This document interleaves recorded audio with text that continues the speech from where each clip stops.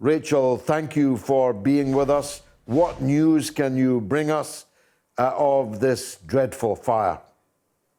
Well, it is an absolute tragedy, George. So far, we're hearing that at least 19 people have died and likely dozens have been injured. And this is one of those cases where you're talking about at least a 19-story apartment building. We don't know yet what caused the fire. We don't know yet exactly when it's going to be put out. But one of the most tragic parts about this is that this story doesn't stand alone. It was just earlier this week we heard another story about a massive apartment fire over in Philadelphia, and multiple people were killed as a result of that. And so we know that obviously firefighters are doing everything they can to contain the fire right now, but that is definitely something we will continue to follow and hope that, they can recover as many people as possible. I was sure that I remembered that there had been a terrible fire in Philadelphia just this week, so that is two within a week. This is bound to raise questions about the fireproof nature of these apartment blocks and the ability to stop fires spreading throughout them with such devastating effect. Absolutely. It always comes back to infrastructure at the end of the day. We talk about how the United States will pour billions and even trillions of dollars into other countries, but when it comes to our own infrastructure here, it always seems to be too little too late, and that is incredibly unfortunate that, we're seeing another story like this, and the hope is that, it doesn't continue. I'm sorry, my dog has decided he's going to join the conversation. That's all right. He's always welcome. Let's go to some of the other exotic wildlife that a year ago exactly on January 6th protested and broke into the Capitol building. I don't buy this idea that it was an insurrection. I've seen insurrections. I'm watching insurrections right now in Kazakhstan, for example. That's an insurrection. That is a challenge for power. That's not what happened on January 6th, although the Democrats and the media that support them have continued to call it that for an ulterior motive, I suspect, of trying to use it as a means of stopping Donald Trump from running for the presidency next time. What's your take on the commemoration, the speech by Joe Biden? He didn't mention Trump by name, but it wasn't hard to work out it was him he was talking about. How does the land lie on January 6th?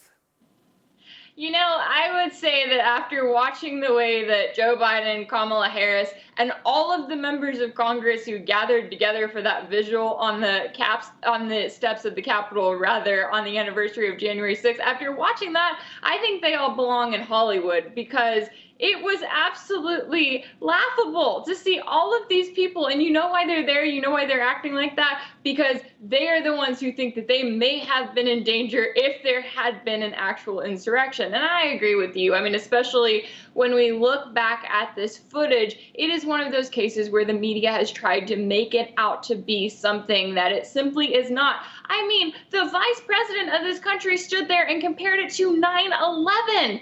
That to me is insane, not just for the fact that 3,000 people died on that day, but also for the fact that millions of people around the world have paid the price for 9/11 every single day since it happened. And so this idea that something like this, and especially the way that the United States government has handled it, I mean, when we look at everything that transpired that day, there are a number of reports of people who believed that there were federal informants in the crowd going in. I mean, there was at least one man who has a little bit of an interesting story where he was seen on a number of different videos. He had a MAGA hat on. He was telling people we should go in and storm the Capitol. And then all of a sudden this summer, he magically got taken off of the FBI's most wanted list. He's never been charged with anything. Yet there's a number of people who were there who had their faces posted all over bus stops and all over cities saying that they were wanted by the U.S. government. And so it is insane to me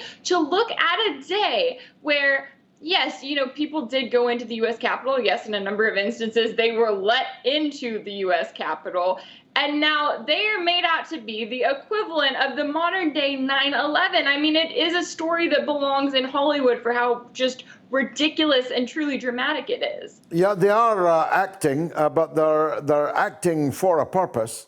The purpose, at least, is to demonize the Republican Party and, in particular, Donald Trump, its last president.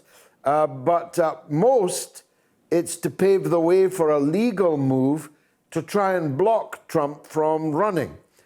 Do you think there's any possibility of that? And if that were to happen, what would the consequences be?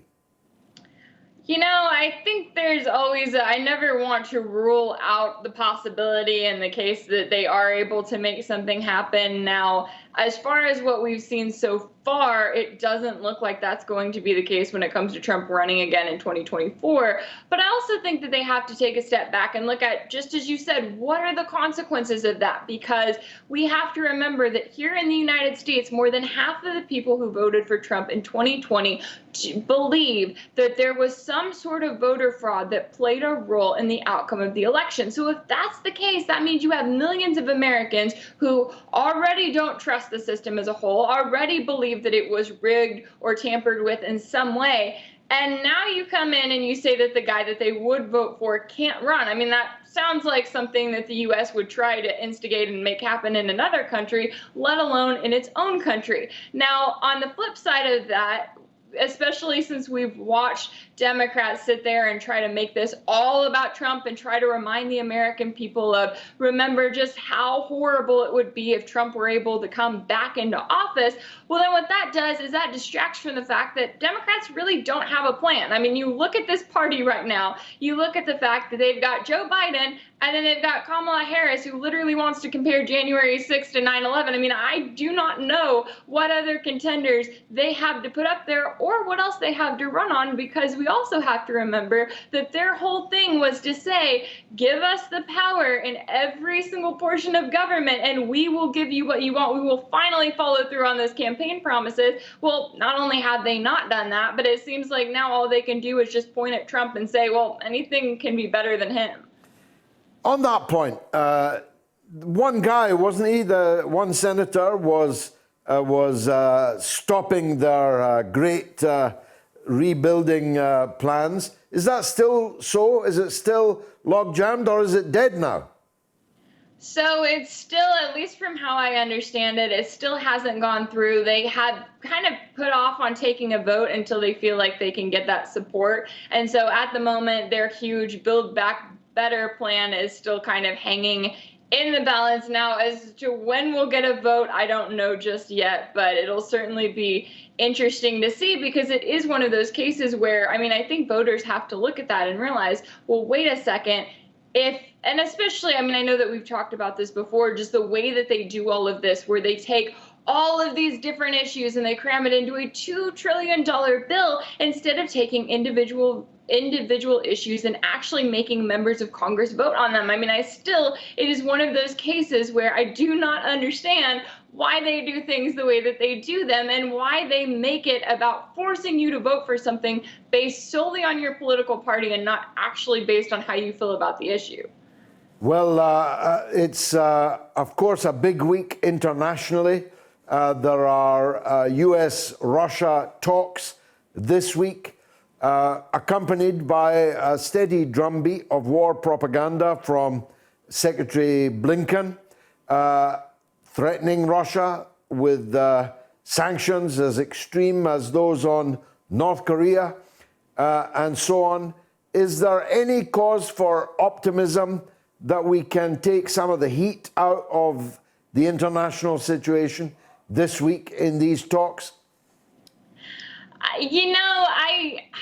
Is there a cause for optimism? That's a good question. Now, I will say that at the end of the day, there is always that hope that maybe there will be an adult in the room who will realize that if the US and Russia keep going down the path that they're going down, it's not going to end well for anyone. However, unfortunately, that adult really isn't in the Biden administration at the moment, because we continue to see people like Antony Blinken, who this week, I mean, I feel like we've heard more from him in the last week than we have in several months, where he was talking and claiming, he made that statement saying that, oh, if you let Russians into your house, then they aren't likely to leave very soon, when I think we've all watched 2 decades of U.S. foreign policy where the U.S. has not only gone into people's houses, but also bombed their houses and invaded their countries and then continued to occupy them for 2 decades. So clearly he needs to read a little bit of a history book.